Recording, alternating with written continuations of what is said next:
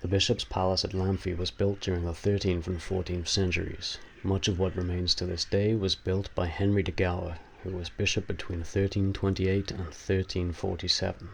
The ruins are said to be haunted by a choir of singing nuns and the headless ghost of Robert Devereux, the Earl of Essex, who was beheaded during the reign of Elizabeth I. By the 19th century, the palace had descended into ruin.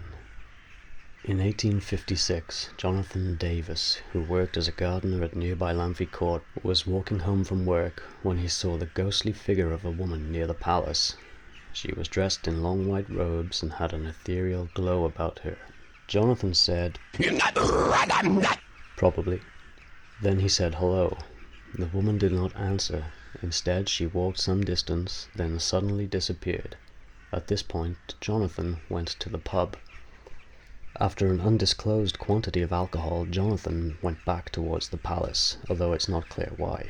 Again, he saw the glowing female figure in the same place.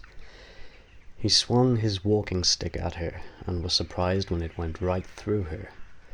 The white lady became angry at this point and began dancing around him, making what he later described as satanic grimaces, and saying, "Probably," before disappearing in a flash of light.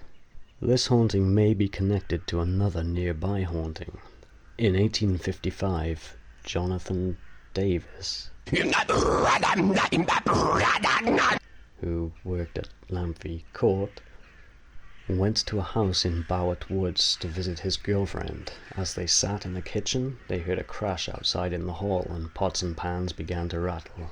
They went into the hall to investigate, but saw nothing. Upon returning to the kitchen, they heard moaning coming from the hall. Jonathan never got any that night. What could cause two unconnected Jonathan Davises, who both worked at Lamphey Court, to have these experiences a year or less apart? And why does no source for either story mention the other?